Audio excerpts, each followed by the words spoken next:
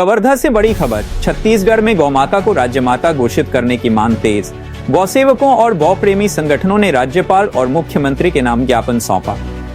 उनका कहना है कि राज्य में गौवंश की हत्या और तस्करी लगातार बढ़ रही है और पारंपरिक गवियों का सम्मान घट रहा है। ज्ञापन में एक अलग गौ मंत्रालय की स्थापना, गोहत्या व तस्करी पर सख्त कार्रवाई, हर 10 गांव पर गौ अभ्यारण्य, पारदर्शी खरीद नीति और 24x7 गौ चिकित्सालय की मांग की गई है।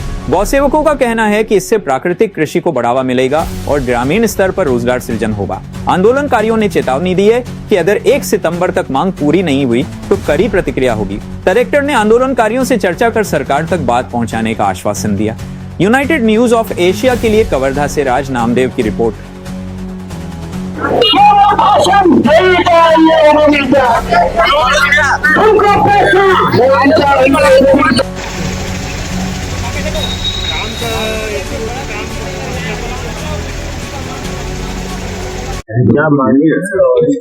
हिंदू पूरे देश में ज्योतिषपीठ के जगत गुरु शंकराचार्य भगवान के द्वारा गौ माता को राष्ट्र माता और हर प्रदेश में राज्य माता को लेकर के गौ सम्मान यात्रा निकली हुई है। ये मानते हैं कि जब तक के गौ माता को सम्मान नहीं मिलेगा तब तक के देश में शांति व्यवस्था नहीं हो पाएगी। हमारे यहाँ कहा गया अपूज्या यत्र पूज्यन्ते पूज्य पूजा व्यतिक्रमः त्रीणि तत्र भविष्यन्ति दुर्भिक्षम मरणम भयम्। कहते हैं जहाँ पूज्य की पूजा नहीं होती है, अपमानित होते हैं, और 3 चीजें हमेशा होती है। दुर्भिक्ष होगा, अतिवृष्टि अनावृष्टि होगी, एक साथ अनेक लोग मरेंगे और भय व्याप्त हो जाएगा। और आज पूरे देश में ही देखा जा रहा है, कहीं इतनी वर्षा हो जा रही है कि पूरा किसान त्राई कर रहे हैं। कुछ ऐसे स्थान है जहाँ पे वर्षा ही नहीं हो रही है, इसलिए त्राई हो रहा है। और ये मुख्य कारण है पूज्य अपमानित होना। और हमारे सनातन धर्म में सबसे अगर कोई पूजनी है तो है गौ माता। गौ माता से पूजनी कुछ नहीं है, सारे देवताओं का निवास है। और वही बोटी बोटी काट करके बेची जा रही है, जिसको हम माँ कहते हैं। सनातन धर्मी जिसपे गर्व करते हैं। हम हिंदू किस बात के लिए हैं?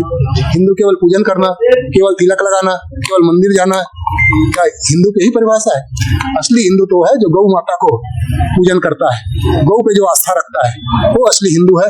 और जिसको हम हिंदू अपने आप को कह रहे हैं, 140 करोड़ से ज्यादा ऊपर हम लोग हिंदू को मानते हैं। और वही देश, वही प्रदेश की स्थिति है कि प्रतिदिन गोमांस पकड़ा रहे हैं। गौ की दर बदतर स्थिति हो रही है। उसी को राज्य माता घोषित हो जाए।